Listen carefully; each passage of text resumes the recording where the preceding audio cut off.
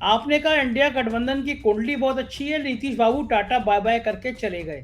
तो इंडिया गठबंधन का होगा क्या? मतलब कुंडली में कुछ गड़बड़ हो गया क्या? अध्ययन गड़बड़ हो गया या शुक्र शनि राहु ने कुछ गड़बड़ कर दिया? ये हो क्या रहा है इंडिया गठबंधन में? पूरे गर्भगृह में जितने भी लोग आचार्य समेत थे, उसमें केवल भागवत जी की ड्रेस ही गलत थी।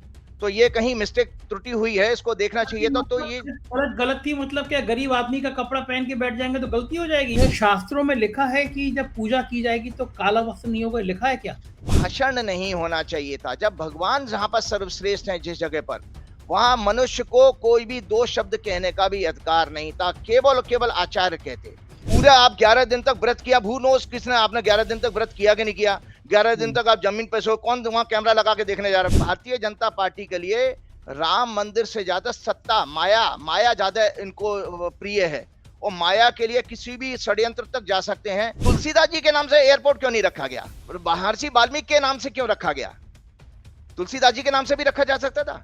महर्षि वाल्मीकि निम्न जाति के नहीं थे। वहां से क्या फर्क पड़ लगा? पंडितों जी में कौन से सुरखाब के पर लगे होते हैं? ना राम क्षत्रिय थे और ना कृष्ण यादव थे। ये क्या यादव मतलब ये कौन सी नई बात है आप? ये सब आप सब आज उल्टा पुल्टा कर रहे हैं। आया आपने कहा था राहुल गांधी की न्याय यात्रा को बड़ा फायदा मिलेगा, लेकिन असम के मुख्यमंत्री ने तो राहुल जी को बहुत परेशान कर दिया, एफआईआर लिखा दी। हाँ। नमस्कार, मैं हूं संजय शर्मा। आप देख रहे हैं 4 PM न्यूज नेटवर्क। बिहार में भारतीय जनता पार्टी को खुश होना चाहिए कि उन्होंने एक दांव चला, लेकिन अपने पंडित आचार्य राजीव नारायण शर्मा जी का तो कुछ और ही कहना है।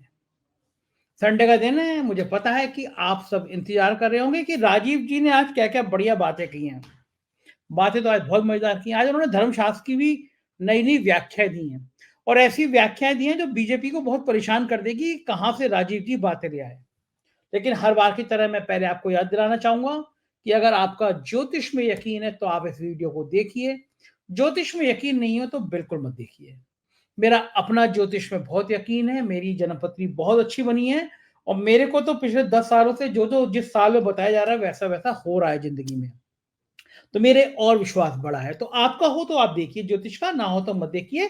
राजीव जी की कुछ भविष्यवाणियां विधानसभा चुनाव में गलत भी निकली, ये भी मैं आपको बता दे रहा हूं। तो आज राजीव जी से मैंने डिटेल से बात करी। मैंने पूछा कि भाई, आपने कहा था कि इंडिया गठबंधन जो बनेगा वो बड़ा मजबूत बनेगा, बिहार में क्या हो गया? फिर मैंने राहुल गांधी की न्याय यात्रा पे और राहुल गांधी की जन्मपत्री के बारे में पूछा कि राहुल का भविष्य कैसा रहेगा। और फिर मैंने कुछ ऐसी चीजें पूछी और मेरे बिना बताए कुछ ऐसी चीजें उन्होंने बता दी जो आपको चौंका देंगी, हैरान कर देंगी। मोहन भागवत की गलती, योगी आदित्यनाथ का दांव, ये सब कुछ आज बात होगी इस इंटरव्यू में।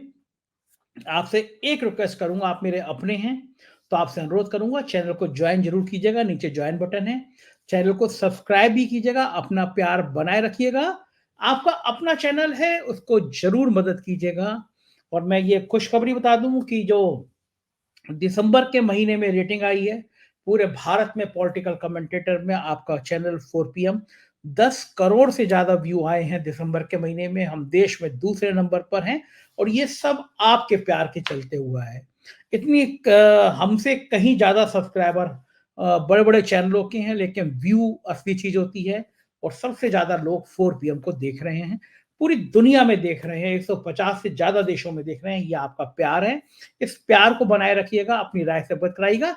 ले चलता हूं सीधे आपको राजीव नारायण जी के पास। स्वागत है राजीव जी आपका 4 PM न्यूज नेटवर्क में।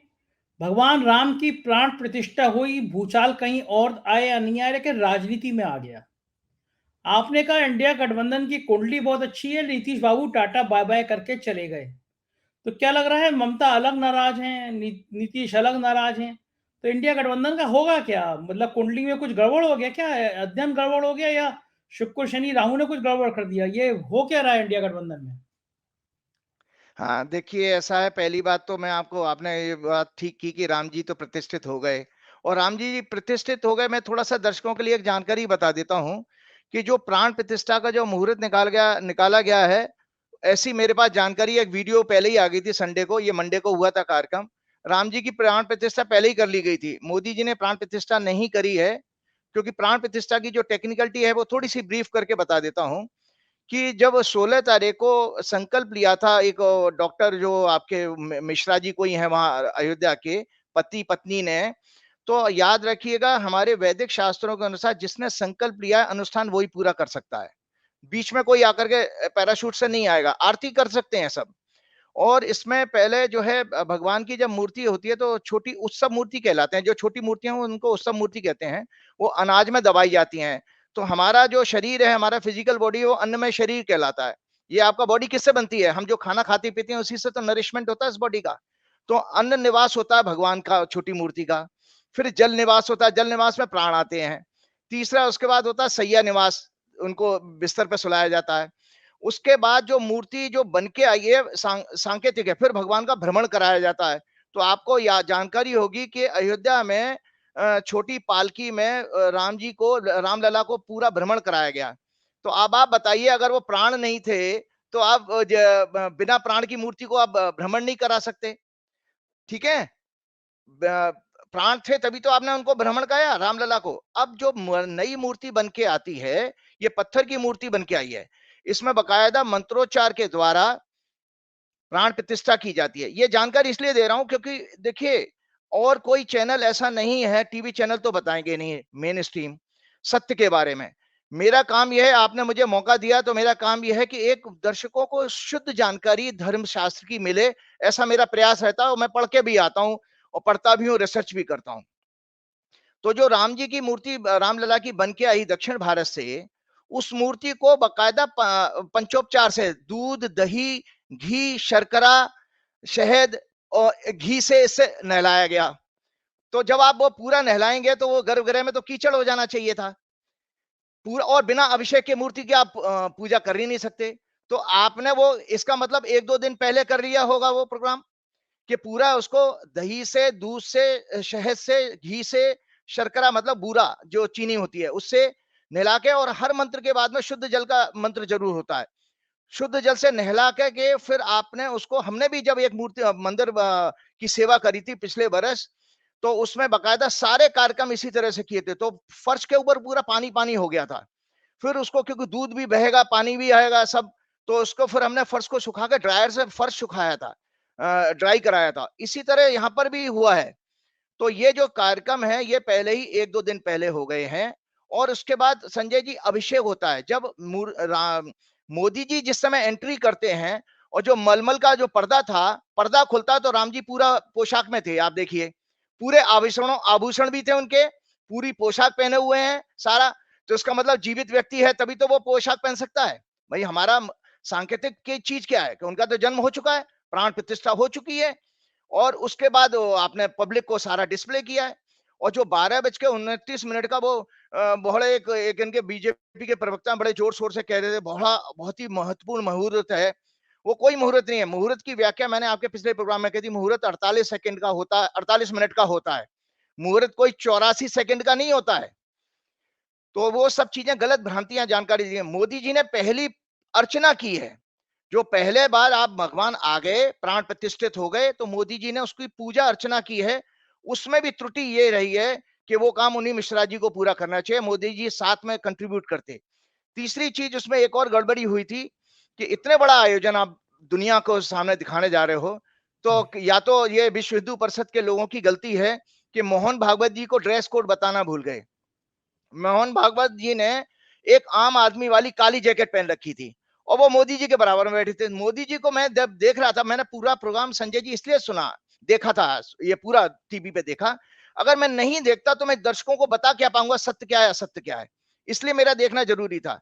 तो भागवत जी जब बैठे थे तो मोदी जी बड़े असहज महसूस कर रहे थे कि कहा मोदी जी की हजारों लाखों रुपए की ड्रेस, गोल्डन सिल्क का उन्होंने कुर्ता पजामा, कुर्ता धोती और दुपट्टा ये सब पहना हुआ, भागवत जी काली जैकेट, जो आम आदमी जो जैसे ट्रक ड्राइवर या कंडक्टर वगैरह पहनते हैं मोटी वाली, ऐसी पहन के गए थे। और पूरे गर्भगृह में जितने भी लोग आचार्य समेत थे उसमें केवल भागवत जी की ड्रेस ही गलत थी।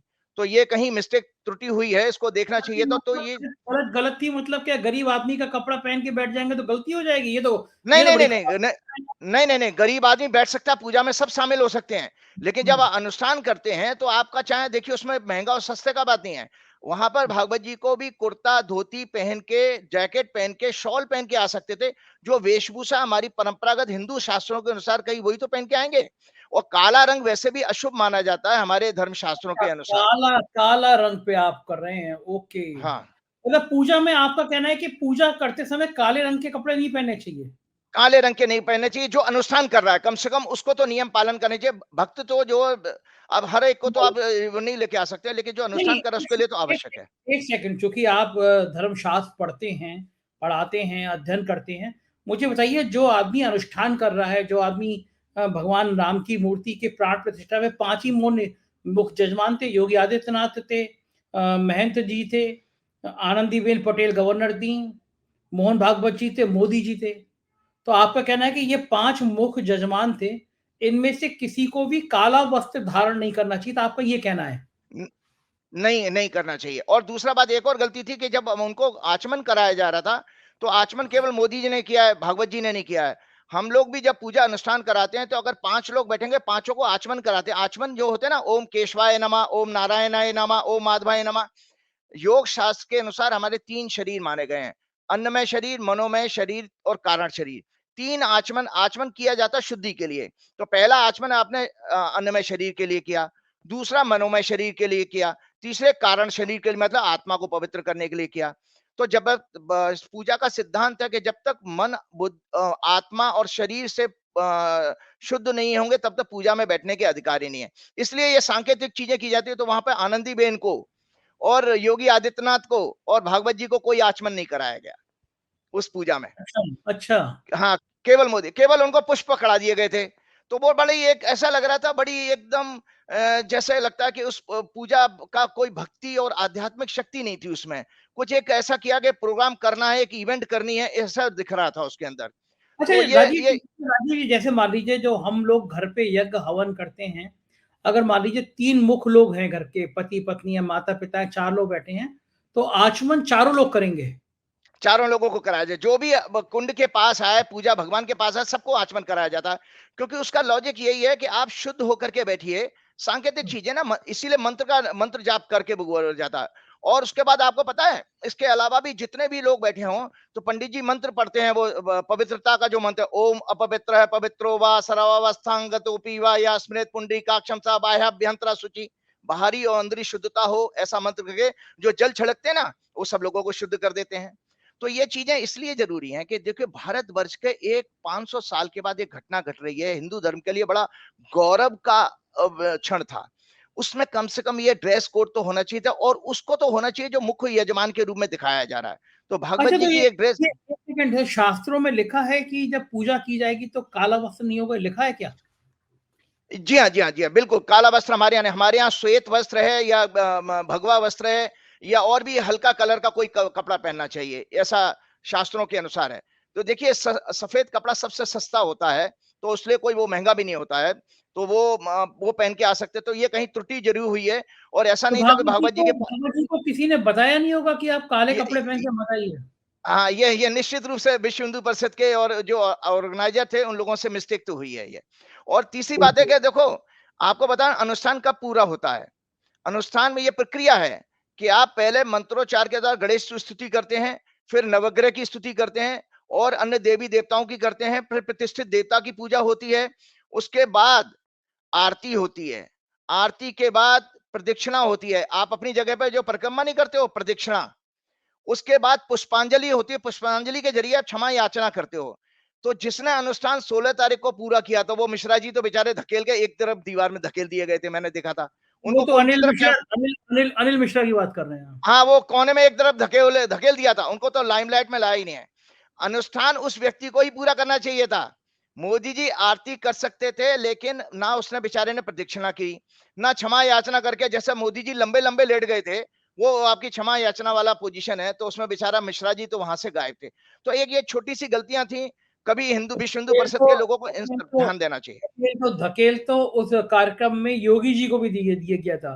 पूरे कार्यक्रम में योगी जी फ्रेम में नहीं आ रहे थे। एक जगह तो योगी जी ने बाकायदा पुजारी जी को यूं करके साइड किया तो वो फ्रेम में आए। तो योगी आदित्यनाथ को बेचारों को पूजा में किनारे करने की कोशिश बहुत की गई। कारण ये है कि योगी ने 2 दिन पहले कह दिया था कि मैं कोई 5 दिन में 6 टाइम कपड़े थोड़ी ना बदलता हूँ, मैं तो एक ही कपड़े पहने रहता हूँ, वही कपड़े होते हैं मेरे तो। तो मोदी जी नहीं, को लग आपने गई, दिल बिल्कुल पे लग। ठीक कहा। मैंने मैंने ये देखा, योगी आदित्यनाथ के चेहरे पर प्रसन्नता का भाव नहीं था, जैसे उनको बेचारों को जबरदस्ती कोई हाँ, वो अपमान महसूस हो रहा था उनको, बिल्कुल बिल्कुल उनके भाव से लग किसी रहा को था।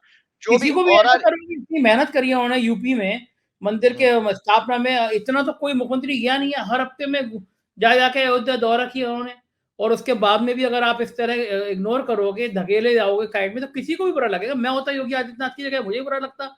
मोदी जी तो हेलीकॉप्टर से आए और लेट गए वहाँ, फोटो भी उनका, उससे पहले की ब्रांडिंग, वो तो योगी आदित्यनाथ ने गुस्से में फिर एक दिन सब दिल्ली वालों को बुला के प्रेस कॉन्फ्रेंस करी यहाँ पे। अपने आप को कहीं तो स्थापित करेंगे, ये तो खराब किया क्या योगी आदित्यनाथ के साथ। लेकिन हाँ, ये कपड़े वाली बात आप सही कह रहे हो, मैंने काला कपड़ा पहन के पूजा करते हुए तो नहीं देखा कभी किसी देखो आप को। क्रिश्चियनिटी देखिए, क्रिश्चियनिटी में भी आप देखिए, जब शोक सभा होती है तब काला कपड़ा पहन के जाता है क्रिश्चियन लोग भी। हर जगह हिंदू धर्म में हाँ भी हम लोग के सफेद या काले कपड़े, बल्कि मुझे तो याद है, चूंकि मुझे काला रंग पसंद बहुत है, तो एक बार मैं पूजा में, मेरे घर में पूजा हो रही थी, मुझे याद आया हवन हो रहा था, तो मैं ऐसे ही काला कुर्ता पहन के गया, तो पंडित जी ने उठा दिया मुझे, बोले आप कुर्ता बदल के आइए। मैंने उनसे बहस भी करी, कपड़ा कपड़ा होता है, बोले नहीं नहीं, पूजा में काला कपड़ा नहीं चलेगा ये। और मुझे काला कपड़ा पसंद बहुत है, तो मैं गया, फिर मैं कपड़ा क्योंकि चेंज करके हाँ आया। काला रंग शोक का प्रतीक माना गया, शोक। हाँ, हाँ, या हाँ, हर्ष का प्रतीक नहीं, हर्ष का प्रतीक केसरिया हो सकता है, हरा हो सकता है, और गुलाबी हो सकता है, पीला हो सकता है, और सफेद हो सकता है। और इसके अलावा एक और बात बताता हूँ कि जो लेकिन ये तो बड़ी, ये आप बड़ी वैसी बात बता रहे हो। मेरे को तो काला रंग इतना अच्छा लगता है, अगर मेरी अलमारी खोलोगे 100 शर्टें होंगी तो 80 काली होंगी। लोग मुझसे कहते हैं कि शनि मेरा, आपको ज्यादा पता है मेरा शनि कौन सा है, मतलब भाग्य शनि का आपका है। लगने शनि लगने से मेरा भी है, मुझे भी काला पसंद है। शनि का हाँ, रंग तो काला है, डार्क नीला भी होता है। तो वो हाँ, चीजें, और एक और देखिए गलती एक और भी थी, देखिए इसलिए क्योंकि ये विषय हम उसके बाद कभी चर्चा में नहीं करेंगे, क्योंकि वो तो अब तो राजनीति पे ही चलता है सारा चीजें, कि जो भाषण नहीं होना चाहिए था, जब भगवान जहां पर सर्वश्रेष्ठ हैं जिस जगह पर, वहां मनुष्य को कोई भी दो शब्द कहने का भी अधिकार नहीं था, केवल केवल आचार्य कहते। और जिस तरह से वहां पर एक एक गेरुआ कपड़ेधारी कोई गोविंद गिरी जी महाराज है, उन्होंने महिमा मंडन किया और उनको चम्मच से उनका वो व्रत तोड़वाया, और वो भी चम्मच झूठा डाल दिया उसी पात्र में। अब मुंह से आप ऊपर करके ले सकते थे, मुंह में घुसेड़ दिया चम्मच उनके, जैसे छोटे बच्चों को पिलाते हैं ये मोदी जी को। और उसके बाद वो झूठा चम्मच उसी में डालना पात्र के अंदर, तो ये गलत था। ये सब चीजें नहीं करने जिसकी आवश्यकता नहीं थी। कोई किसी तरह का भाषण नहीं होना चाहिए था। ये ऐसा मोमेंट, आपने वो क्षण गवा दिया जो इतिहास में स्मरणीय बन सकता था, लेकिन वो एक राजनीतिक मंच की तरह हो गया। तो जाने हाँ, दीजिए, अब हम उनको उसको भाषण में भी उन्होंने कह दिया कि लोग कहते थे मंदिर से आग लग जाएगी, इस तरह की हिंसा वाले भाषण भी, मतलब अपने गुस्सा भी दिखा दिया, तो भाषण में राजनीति भी दिखा दी नहीं, तो भाषण। उसमें आदित्यनाथ ने भी गलत स्टेटमेंट दिया। उन्होंने कहा पहले यहाँ गोली चलती थी, अब यहाँ पर दंगे होते थे। ये शब्द भी नहीं कहने चाहिए थे कि हाँ, भगवान को, सही बोल आप रहे हैं। भगवान का मंदिर में पूजन करना है, पूजन करते समय तो शांत भाव से सबको प्रणाम करके निकल जाते, उसमें ज्यादा अच्छा ग्रेस होता। आपका ग्रेस उनकी पर्सनैलिटी का बढ़ जाता उसके अंदर, लोग ठीक ज्यादा बात। विश्वास करते। और पूरा आप 11 दिन तक व्रत किया, भू नोस किसने, आपने 11 दिन तक व्रत किया कि नहीं किया? 11 दिन हम्म। तक आप जमीन पे सो, कौन वहां कैमरा लगा के देखने जा रहा है? वैसे तो मोदी जी अच्छा, आमतौर पर अच्छा राजीव जी बताइए, आप हम लोग का ये कहा जाता है कि हर चीज तय होती है, विधाता तय करता है, भगवान तय करता है, सही बात होती है ये? जी, बिल्कुल, बिल्कुल। बिल्कुल तय करता है, कार बिल्कुल तो तय कार करता है। सेवकों तो कार सेवकों पर जब गोली चली, तो ये भी तो भगवान ने तय किया होगा कि मेरे यहाँ के हंगामा कर रहे हैं तो बिल्कुल, गोली चला दो। बिल्कुल, बिल्कुल, बिल्कुल तय किया होगा। बिना भगवान राम कभी के, भी ये बिना हाँ, राम बिना राम के बिना तो होगा नहीं। भ तो कार बिल्कुल। सेवकों और को बिल्कुल इसको काल में आगे अभी एक प्रसंग अभी शेयर करूँगा। भगवान राम ने लक्ष्मण को किस तरह से इसकी काल की व्याख्या करी है। काल को अच्छा, समझाया उन्होंने दूसरा कि ये दूसरा काल ही करता है। दूसरा ये बताइए आप मुझे कि वक्त का तकाजा देखिए कि जो मुख्यमंत्री के कार्यालय में मुख्यमंत्री का प्रमुख सचिव सब कुछ मायने रखता है, वो ऑर्डर देगा, डीएम एसपी उससे ताल्लुक रखते हैं और सीधे बात करते हैं। तो जब कार सेवकों पे गोली चली, तो मुख्यमंत्री मुलायम सिंह यादव के जो सचिव थे, उनका नाम था नृपेंद्र मिश्रा। वहाँ मैंने एक इंटरव्यू किया, आचार्य जी पता नहीं आपने देखा होगा नहीं देखा होगा, कार सेवक का, उसके 4 गोली लगी, गुंबद उसके ऊपर गिरा, 17 हड्डी टूटी कार सेवा के दौरान। उससे बड़ा कार सेवक कौन होगा? बड़ा आंखों में आंसू आकर रो पड़ा मैं इंटरव्यू में, संतोषी। वो कह रहे हैं कि जिन्होंने हम पे गोली चलाने का आदेश दिया, नृपेंद्र मिश्रा ने, वो राम जन्मभूमि समिति के ट्रस्ट के अध्यक्ष बने बैठे हैं। और कह रहे थे वो चंपत राय जो कह रहे हैं कि अयोध्या यहाँ गला काट लेते हैं लोग, सोने का दरवाजा बनाए गला काट के ले जाएंगे। बोले हमारी पवित्र भगवान राम की नगरी अयोध्या में जो ये कह रहा है कि अयोध्या गला कट जाता है, वो आदमी मंदिर ट्रस्ट का जनरल सेक्रेटरी है। दूसरा, राजीव जी, जब मंदिर बन रहा है, इतना पवित्र काम हो रहा है, भारतीय जनता पार्टी का मेयर सीधा सीधा जमीन घोटाले में, मंदिर जमीन के घोटाले में लिप्त, भारतीय जनता पार्टी का लोकल विधायक जमीन घोटाले में लिप्त, चंपत राय पे गंभीर आरोप, मंदिर की जमीन को औने पौने दामों में, कई गुना दामों में खरीदना। हम लोगों ने खबर छापी, एक कमेटी बनी, जांच की, जांच कमेटी गायब हो गई। इतने घपले मंदिर के निर्माण से शुरू हुए। वो जो कार सेवक थे, जो संतोषी, वो कह रहे थे कि इन्होंने तो ये चंपत राय जी को आरोप लगा रहे थे, वो हैं जिन्होंने शिलाएं तक बेच दी वहां मंदिर की। तो ये भगवान राम हाँ, के मंदिर में इतनी सब चीजें क्यों आ गई सामने? वो आपको पता है ना कि जब पहले विश्व हिंदू परिषद ने 92 में वो शिलाएं सबसे घर घर से मंगवाई थी, वो शिलाओं को आता पता नहीं है कहाँ चली गई। वो कितनी लाखों करोड़ों ईंटें पहुंची थी वहां पर, और उन ईंटों से मंदिर बन नहीं सकता, मंदिर तो पत्थर से बना है। अच्छा चलिए, मैं आपको बताता हूँ एक बहुत अच्छी दो जानकारियां मैं ऐसी चैलेंजिंग आज आपके दर्शकों के लिए लेकर के आया हूँ। उसके बाद मैं राजनीतिक विषय पे जरूर आऊंगा, क्योंकि ये सब लिंक कर रहा है। पहली बात बता देता हूं, दर्शक और बीजेपी के सारे फॉलोअर्स ये सुने, जिसने भी ये कांड किया है, बहुत अच्छा कांड किया, दिखा दिया कि बीजेपी का राम मंदिर वाला मुद्दा फ्लॉप हो गया। क्योंकि 2 दिन से नीतीश कुमार की जो घटना टीवी चैनल चला रहा है, उसमें राम मंदिर की कोई बात नहीं करा गया, वो राम मंदिर से ज्यादा बड़ा हो गया। इसका अर्थ यह है कि इस भारतीय जनता पार्टी के लिए राम मंदिर से ज्यादा सत्ता, माया, माया ज्यादा इनको प्रिय है, और माया के लिए किसी भी षड्यंत्र तक जा सकते हैं। वो उसका पूरा का पूरा कार्यक्रम देख रहे हैं। मतलब आप देख रहे हैं 26-25 तारीख से यही सीन चल रहा पूरे चैनल में, और भगवान राम जी कहाँ सो रहे हैं, खा रहे हैं, पी रहे हैं, ये अता पता ही नहीं है। हाँ, जो जानकारी धर्मशास्त्र की मैं आपके सामने लेकर के आया हूं, महर्षि वाल्मीकि एयरपोर्ट बनाया है इन्होंने। एक दिमाग में कोई मेलाफाइड मंशा है कि वाल्मीकि जी, ये जो समाज में बताया जाता है वाल्मीकि जी किस जाति के थे, उनको प्रसन्न करने के लिए, उनको वोट लेने के लिए ये सारे तामझाम किए गए। जबकि कलयुग में राम जी को, हनुमान जी को किसने सबसे ज्यादा प्रसिद्धि दी है भक्ति में? भक्ति युग शुरू हुआ तुलसीदास जी के नाम, तुलसीदास ने। वो तुलसीदास जी के नाम से एयरपोर्ट क्यों नहीं रखा गया? वो इसलिए नहीं रखा गया कि क्या तुलसीदास जी ब्राह्मण थे इसलिए? वो महर्षि वाल्मीकि के नाम से क्यों रखा गया? तुलसीदास जी के नाम से भी रखा जा सकता था। तो आज दर्शकों की शंका दूर कर देता हूं, महर्षि वाल्मीकि निम्न जाति के नहीं थे।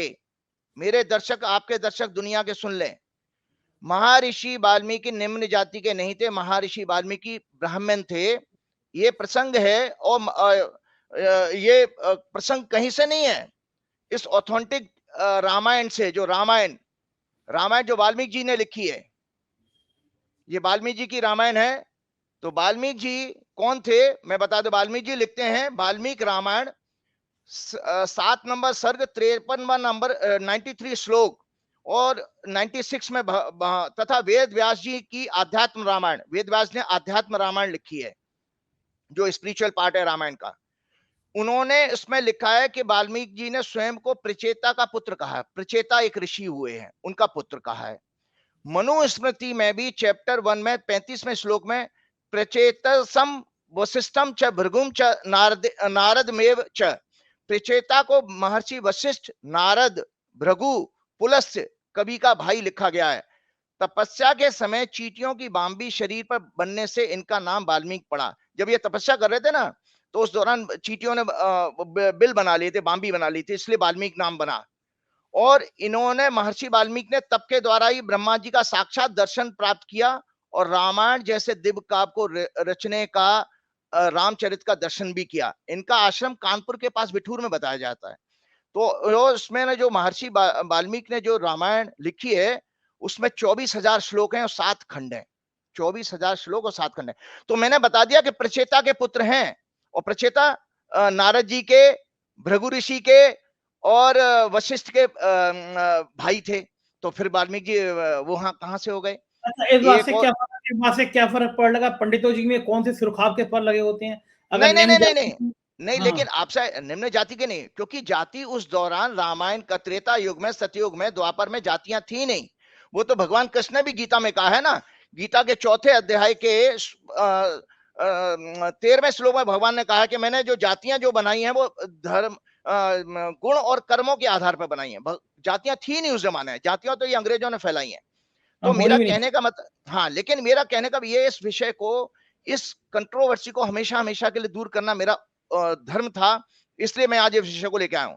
एक जानकारी और लेके आया हूं, चौंकाने वाली।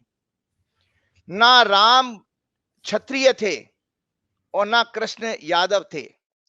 ये क्या यादव था? मतलब, ये कौन सी नई बातें आई हैं आपकी? आप सब आज उल्टा पुल्टा कर रहे हैं आप। मैं इसलिए बता रहा हूं कि आपको रूल मूल में जाना पड़ेगा ना।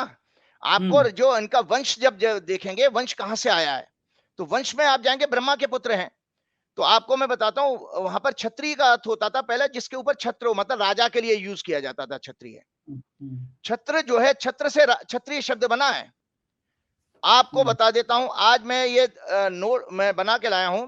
श्री राम का वंश क्या था? ब्रह्मा के पुत्र ऋषि, ध्यान से सुने आप लोग भी, आपके दर्शक भी। ब्रह्मा के पुत्र ऋषि मारीची और कला के पुत्र थे कश्यप ऋषि। कश्यप और अदिति के पुत्र हुए विवस्वान। विवस्वान का नाम सूर्य था, जो सूर्य देव का एक नाम 12 नाम में से एक विवस्वान भी नाम है। इसीलिए भगवान राम सूर्यवंशी कहे गए हैं। सूर्यवंशी नाम कहां से आ गया? क्योंकि विवस्वान की वंश में आ रहे हैं जो है भगवान राम। तो विवस्वान के पुत्र हुए वैवस्वत मनु, और मनु और श्रद्धा के पुत्र थे इक्ष्वाकु। तो आपने बहुत कॉमन सुना होगा, भगवान राम इक्ष्वाकु वंश में पैदा हुए हैं। तो आपकी लाइनेज कहां से आ रही है? आपका वंश कहां से चल रहा है? ब्रह्मा के मारीच के पुत्र से इक्ष्वाकु, और नीचे आते आते आते आते दशरथ के पुत्र हो गए आप। अब आइए कृष्ण के पास में।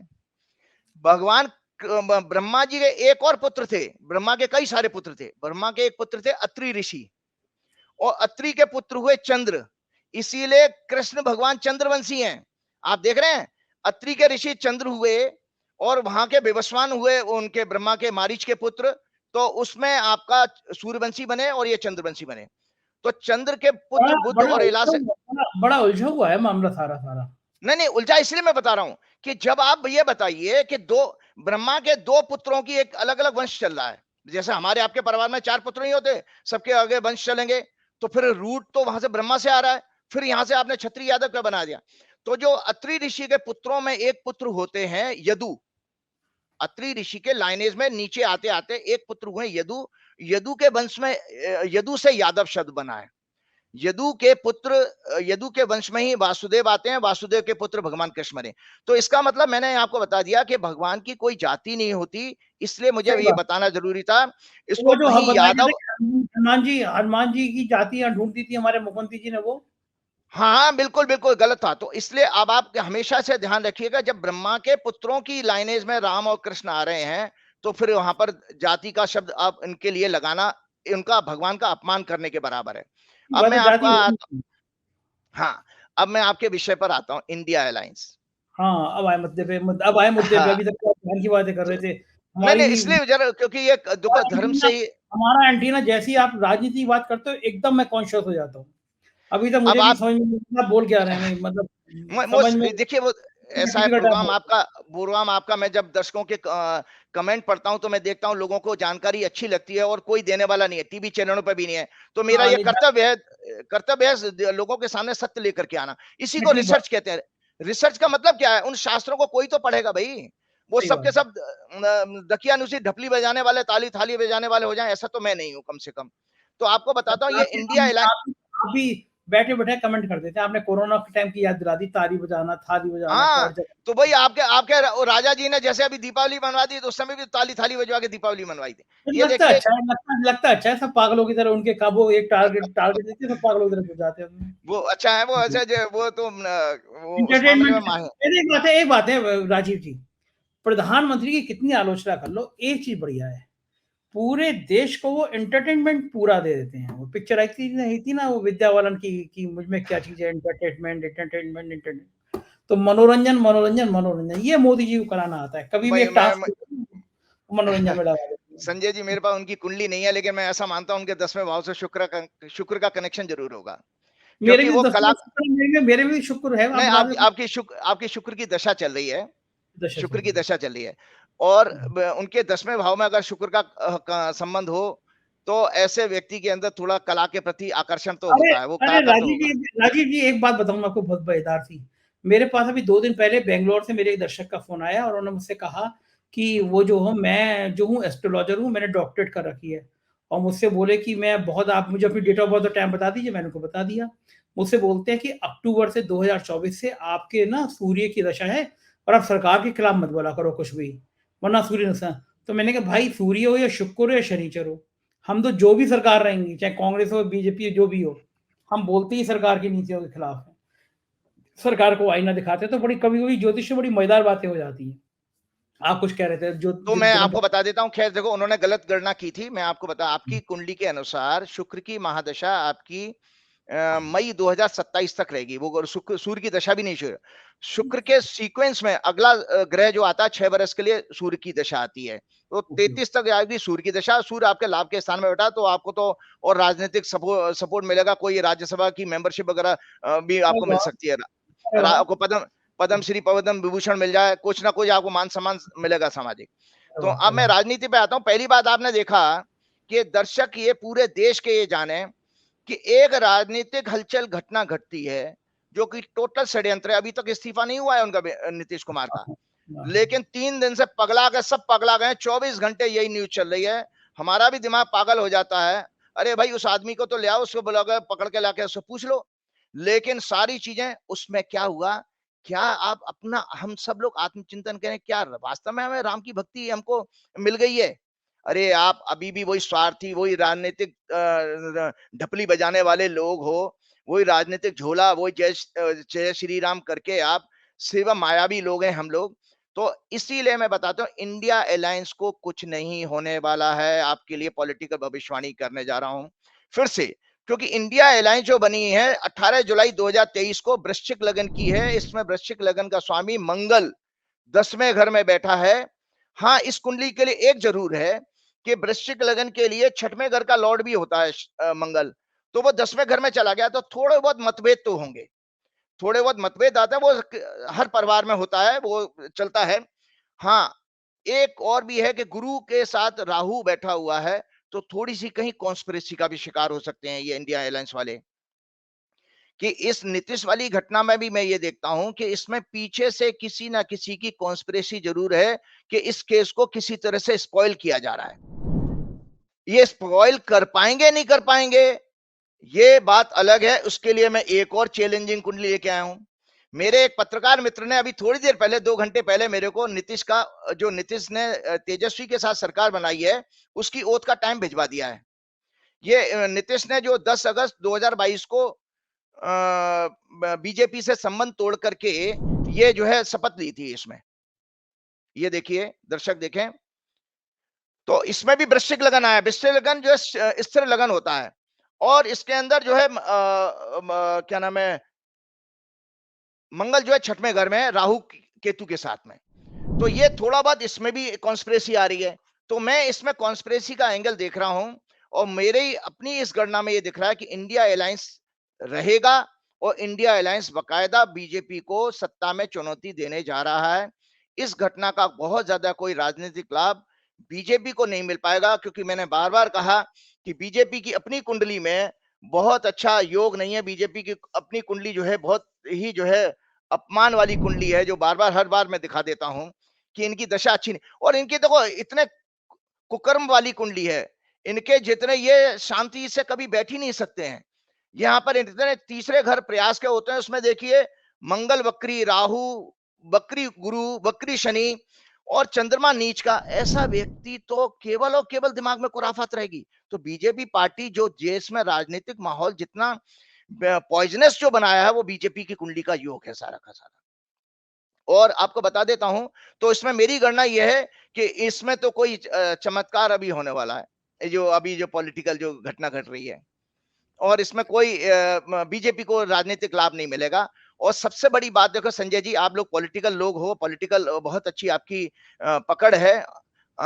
ये देखिए कि एक्सपोज हो गई बीजेपी पूरी तरह से कि जिस राम जी की भक्ति का माहौल बना करके वो चुनाव में जाने वाले थे, पसीने छूट गए जातिवाद के आगे। मतलब यहाँ पर इस पॉलिटिकल 3 दिन की घटना ने कमंडल के ऊपर मंडल भारी हो गया है। आपको मंडल के कारण ही आपको नीतीश कुमार को अपने अपने यहाँ लेकर के आ रहे हो। आप इतने डर गए हो ना तभी तो।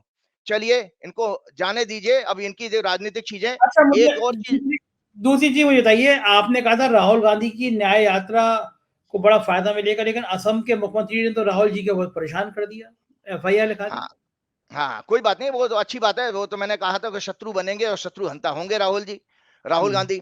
तो आपको बता दो, राहुल गांधी की एक कुंडली का एक जो पहले जो इन्होंने अनाउंस किया था न्याय यात्रा का, वो पहले 12 बजे का किया था वो, लेकिन उस दिन कोहरा वोहरा दिल्ली में बहुत था तो उनकी फ्लाइट लेट पहुंची है। तो वो फाइनली यात्रा, मुझे किसी पत्रकार से टाइम मिला था, वो दोपहर के 3:47 पर शुरू हुई है, 3:47 PM पर। तो उसमें लगन बदल गया। पहले कुछ लगन आ रहा था 1 बजे, 12 बजे कुछ और लगन आ रहा था, 3 पौने 4 बजे कोई और लगन हो गया। तो मिथुन लगन बनाइए, मिथुन लगन में ये यात्रा शुरू हुई है। तो इस यात्रा में भी मैं ये देखता हूं कि ये यात्रा में 10वें और चौथे घर में राहु केतु आ गए, तो थोड़ा षड्यंत्र यहां पर भी कॉन्स्पिरेसी आ रही है। लेकिन इस यात्रा से राहुल गांधी का कद और जनता के बीच में उनका प्यार मोहब्बत, जो दया और न्याय का संदेश है, वो 100% नहीं 1000% पहुंचेगा। 100% नहीं 1000%। क्योंकि मैं बार बार आपको कह रहा हूं कि राहुल गांधी की जो कुंडली है वो बेसिकली एक संत की कुंडली है। मोदी जी कितना ही अपनी महिमा मंडन करा लें कि मैंने 11 दिन उपवास किया और मैं जमीन पर सोया, लेकिन लोग विश्वास नहीं करेंगे मोदी जी तपस्वी हैं। लेकिन राहुल गांधी के हॉरोस्कोप को देख के मैं बता सकता हूं कि तपस्वी की अगर कुंडली देखनी है, उन गोविंद गिरी महाराज जी भी देखें और हमारे देश के अखंड महामंडलेश्वर भी देखें कि संत की कुंडली क्या होती है। ये इस कुंडली में है पूरा योग, क्योंकि इनके संत के लिए सबसे बड़ा आवश्यक है, मैं बताता हूं, आत्मा का कारक सूर्य शुद्ध होना चाहिए। अगर आत्मा का कारक और मन का कारक शुद्ध नहीं है तो आप गेरुआ कपड़ा पहन लो, लेकिन आप ढोंगी के ढोंगी कहलाओगे। चलिए एक और विषय में बहुत अच्छा सा लेकर के आता हूं। आज एक नई जानकारी लेकर के आया हूं। मैं जब रामायण को अध्ययन कर रहा था कि रामचरितमानस तो भक्ति में लिखी हुई है, लेकिन रामायण जो है बेसिकली ओरिजिनल ग्रंथ है और वो महर्षि वाल्मीकि उसी पीरियड के थे। तो उत्तरकांड में जो हनुमान जी के बारे में आज बातें मैंने आज जो पढ़ी, मैं दंग रह गया। तो वो रामायण वाल्मीकि और अगस्त ऋषि से वार्तालाप चल रहा है राम जी का, महर्षि अगस्त से वार्तालाप हो रहा है। वो कहते हैं कि महर्षि इसमें संदेह नहीं कि बाली और रावण बहुत बलशाली हैं। राम जी कहते हैं महर्षि अगस्त से, जब दरबार में बहुत सारे ऋषि, जब राम जी ने राज्याभिषेक हो गया बंद और शासन संभाल लिया था, तो राम जी से मिलने बहुत सारे ऋषि मुनि सब आए हैं वहां मिलने के लिए। तो उसमें अगस्त ऋषि से उनका डायलॉग जो चल रहा है कि इसमें कोई संदेह नहीं कि बाली और रावण बहुत बलशाली हैं, परंतु मेरा विचार है कि इन दोनों का बल भी श्री हनुमान जी के बल की बराबरी नहीं कर सकता। राम जी कहते हैं रावण और बाली के बल भी दोनों को मिला लो तो भी हनुमान जी के बल के बराबर नहीं कर सकते। फिर भगवान कहते हैं कि युद्ध में देखो भगवान जी कितना कितने ऑनेस्ट एंड ट्रांसपेरेंट है हमारे राम जी, कि वो ऑनेस्टली स्वीकार कर रहे हैं कि युद्ध में हनुमान जी के जो पराक्रम मैंने देखे हैं, ऐसा वीरतापूर्ण कर्म ना तो काल के, ना इंद्र के, और ना भगवान विष्णु और ना वरुण के द्वारा सुने जाते हैं। मतलब उन्होंने कितना हनुमान जी को बड़ा बताया है कि काल से भी ऊपर, इंद्र से ऊपर, विष्णु से ऊपर और वायु से, वरुण से भी ऊपर। भगवान आगे कहते हैं मुनिवर मैंने तो इन्हीं के बाहुबल से विभीषण के लिए लंका, शत्रुओं पर विजय, अयोध्या का राज तथा सीता लक्ष्मण मित्र और बंधुजनों को प्राप्त किया है। भगवान राम एक्सेप्ट कर रहे हैं कि मुझे ये आज जो विजय मिली है केवल हनुमान जी की वजह से मिली है और कोई था ही नहीं। फिर महर्षि अगस्त उसमें अफर्मेशन देते हैं, स्वीकारते हैं कि निसंदेह श्री राम, आप जो हनुमान जी के बारे में कह रहे हैं वह सब सत्य ही है। बल, बुद्धि, गति और नीति ज्ञान में इनकी बराबरी करने वाला दूसरा कोई नहीं। इनमें पराक्रम, उत्साह, प्रताप, सुशीलता, विनम्रता, मधुरता, गंभीरता, चतुरता, धैर्य आदि सभी दैवीय गुण हैं। मतलब हनुमान जी की इतनी अच्छी व्याख्या उत्तरकांड में, रामायण में स्वयं राम कह रहे हैं और ऋषि उसको कंफर्म कर रहे हैं। तो इसीलिए सब लोगों को मैं बार बार कहता हूं, ये राम रक्षा स्तोत्र का एक सुंदर सी प्रार्थना हनुमान जी के लिए भी की है। वो कहते हैं अगस्त ऋषि ने ही ये लिखा है मनोजवम मारुततुल्य वेगम जितेंद्रियम बुद्धिमताम वरिष्ठम वातात्मजम वानर यूथ मुखम श्री राम दूतम शरणम प्रपद्ये।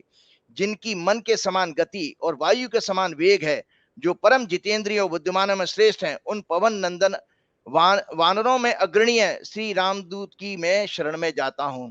और हनुमान चालीसा की वो चौपाई, और देवता चित्त न धरई, मन मन हनुमत से से ही सब सुख करई। तुलसीदास संकट जी लिखते हैं कि आपकी आज आज तो मैंने इतनी महिमा बता दी कि राम जी ने महिमा गा दी है रामायण में, तो आपकी इस महिमा को जान लेने के मतलब, और देवता चितना धरी हनुमत से ही सब सुख करई, इसका भावार्थ क्या है? आपकी इस महिमा को जान लेने के बाद कोई भी प्राणी किसी अन्य देवता को हृदय में धारण नहीं करेगा हनुमान जी के अलावा। आपकी सेवा से ही जीवन का सब सुख प्राप्त हो जाता है। और बात में और बताऊं, तुलसीदास जी लिखते हैं, जो ये पढ़े हनुमान चालीसा कोई होए सिद्ध सिद्ध साखी गौरीसा। गौरीसा का मतलब क्या है? उसमें कह रहे हैं कि जो हनुमान चालीसा पढ़ेगा उसको सभी प्रकार की सिद्धियां प्राप्त होंगी। इससे साक्षी कौन है? गौरीसा मतलब है गौरी और शंकर, भगवान शंकर और गौरी जो है इसके साक्षी हैं। ये तुलसीदास जी लिखते हैं। एक बात और राम जी का संदेश, राम जी भक्ति में तो आ गए, पूरे दिन भर आपके चैनल पे दिख रहे हैं। राम ने क्या कहा है लोगों से, संवाद पब्लिक से करते करते उसके बाद समाप्त करूंगा आपका प्रोग्राम। राम जी कहते हैं, राम जी का ये उत्तरकांड में बहुत बड़ा संबोधन है, और नेताओं के लिए भी है, हम सब लोगों के लिए। हम एक एक शब्द पर विचार करें इस पर। हे नगर वासियों, मेरी बात सुनो। ये बात मैं हृदय में कुछ ममता लाकर नहीं कहता हूं, ना अनीति की बात कहता हूं, और ना इसमें कुछ भी प्रभुता ही है। मैं सुप्रीमेसी नहीं दिखा रहा हूं। प्रभुता मतलब सुप्रीमेसी दिखाना। संकोच और भय छोड़कर इन्हें सुने। यदि तुम्हें अच्छी लगे तो उनका पालन करो, नहीं तो मत करो। राम जी कह रहे हैं पब्लिक, अपनी जनता से। वही मेरा सेवक है, वही मुझे प्रिय है, जो मेरी आज्ञा माने। यदि मैं कुछ अनीति की बात कहूं तो भय भुलाकर बेखट मुझे रोक देना। मतलब आज का राजा को आप बोलोगे तो जेल में डलवा देता है। वहां स्वयं राम आपके नाना प्रकार के, जाना किस किस राज्यों में केस कर देते हैं ये लोग, अगर आप मोदी जी को कहें। और आज का राजा ऐसा है जिसने 10 साल में एक प्रेस कॉन्फ्रेंस भी नहीं करी है, आज तक एक प्रेस कॉन्फ्रेंस नहीं करी है। और वहां पर राम जी संवाद कर रहे हैं अपने जनता के साथ में, जब उन्होंने राजपाट संभाला। और याद रखिएगा, एक छोटे से जात के आदमी के कहने से देखो उन्होंने अपने आप को दंडित किया, अपनी पत्नी को परीक्षा के लिए कहा और ऋषि के आश्रम में भेज दिया। तो वो राम जी कहते हैं, भय बुलाकर कुछ अगर अनीति कहूं, अगर मेरे से कुछ गलती हो तो मुझे टोक देना, भगवान कहते हैं। तो भय बुलाकर, भय मुक्त होकर के मुझसे मत बोलना, भय बुलाकर बोलना, बेखट मुझे रोक देना। बड़े ही, भगवान कहते हैं हमारे सबको सबको सुननी है ये योग है, क्योंकि ज्ञान की बात लोग चाहते हैं तो मैं बोल रहा हूं। बड़े ही पुण्य भाग से ये मनुष्य शरीर मिला है, जो देवताओं को भी दुर्लभ है। यह साधन का धाम है, मोक्ष प्राप्त करने का द्वार है। इसके प्राप्त होने का फल विषय भोग नहीं है। ऐसा करते हैं वे मूर्ख, अमृत को विष में बदल देते हैं। मतलब ये अमृत रूपी शरीर है, विष में बदल जाएगा अगर भोग विलासता में रहोगे। फिर 4 लाने और हैं। ये मानव शरीर भव सागर के लिए एक जहाज के समान है। राम जी कह रहे हैं अपनी जनता से, और मेरी कृपा ही अनुकूल वायु है। भगवान की जो कृपा होती है, आशीर्वाद, वो वायु के समान है, जो जहाज को आगे खींच के ले जाती है। भव सागर कहा गया ये जीवन। सदगुरु इस जहाज के कर्णधार हैं। ऐसे साधन पाकर भी जो इस जीवन मृत्यु के भवसागर को पार ना कर पाए, वह कृतज्ञ और मंदबुद्धि है। एक प्रकार से आत्महत्या करने वालों की गति को प्राप्त होता है। भगवान ने कितनी बड़ी बात कह दी। अगर आप इस साधक होकर के इस भवसागर से पार नहीं कर पाए, तो आप उस श्रेणी में जा रहे हो जो आत्महत्या कर लेते हैं, अपने जीवन को बेवजह खत्म कर लेते हैं। भगवान आगे लिखते हैं, कहते हैं, मेरी भक्ति का मार्ग सुलभ और सुखदायक है। भक्ति स्वतंत्र है, परंतु सत्संग के बिना इसे नहीं पाया जा सकता। याद रहे, बड़े पुण्यों से ही संत मिलते हैं। जगत में पुण्य ही एक ही है, दूसरा नहीं। वह है मन, कर्म और वचन से ब्राह्मणों की पूजा करना। ब्राह्मणों का अर्थ मतलब जाति नहीं है, ब्राह्मणों का मतलब विद्वान से है, ऋषि जो धर्म शास्त्रों का अध्ययन करते हैं उनको ब्राह्मण। मैंने आपको प्रोग्राम में कहा था, ब्राह्मण का जो संधि विच्छेद है, ब्रह्म जमा रमण, जो हमेशा भगवान की बात करता हो, भगवान में रहता हो, उसको ब्राह्मण कहा गया। ब्रह्म में रहने वाला ब्राह्मण कहा जाता है। तिवारी शर्मा और शर्मा से ब्राह्मण नहीं है। तो इसे नहीं पाया जा सकता। याद रहे, बड़े पुण्यों से ही संत मिलते हैं। जगत में पुण्य एक ही है, दूसरा नहीं। वह है मन कर्म और वचन से ब्राह्मणों की पूजा करना, उनका सम्मान करना। जो कपट त्याग कर ब्राह्मणों की सेवा करता है, उस पर मुनि और देवता प्रसन्न रहते हैं। और राम जी एक और सीक्रेट बात बोल गए हैं लास्ट में, और एक गुप्त मत है, मैं उसे सबसे हाथ जोड़कर कहता हूं। भगवान कह रहे हैं हाथ जोड़कर अपनी जनता से, एक गुप्त मत है जिसे मैं सबसे हाथ जोड़कर कहता हूं, शंकर जी के भजन के बिना मनुष्य मेरी भक्ति नहीं पा सकता। मतलब कितनी बड़ी बात कह दी राम जी ने, कि बिना शंकर को प्रसन्न किए आप राम जी को नहीं पा सकते। इसीलिए हनुमान जी क्यों आते हैं पिक्चर में? शंकर सुवन केसरी नंदन, वो शंकर के समान केसरी हैं। वो स्वयं साक्षात शंकर थे जो राम जी की मदद करने के लिए आए। इसीलिए आप सब लोगों को जय सिया राम, जय पवन पुत्र हनुमान। बहुत बहुत शुक्रिया राजीव जी, आपने इतना समय दिया, बातचीत की, धन्यवाद, थैंक यू। सुना आपने, ये थे राजीव नारायण जी, और ये आज बहुत व्याख्या कर रहे थे हनुमान जी को लेके। चूंकि इनकी भक्ति ज्यादा रहती है, तो आज इन्होंने भगवान राम और भगवान हनुमान के आपको बहुत बढ़िया बढ़िया प्रसंग सुनाए। फिर अनुरोध करूंगा, अपनी राय से जरूर अवगत कराइएगा, प्यार बनाए रखिएगा। शुक्रिया, थैंक यू।